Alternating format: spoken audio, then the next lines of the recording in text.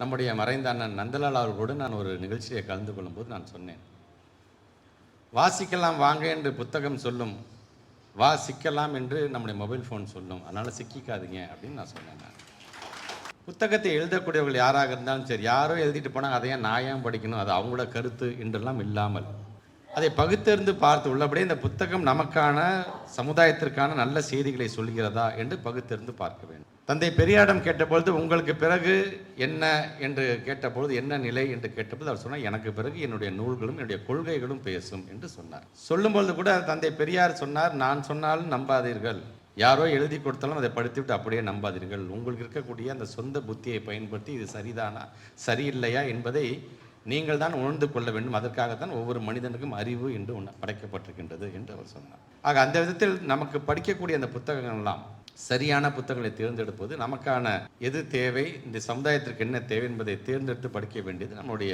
கட்டாயமாக இருக்கிறது என்று தான் நான் சொல்வேன்.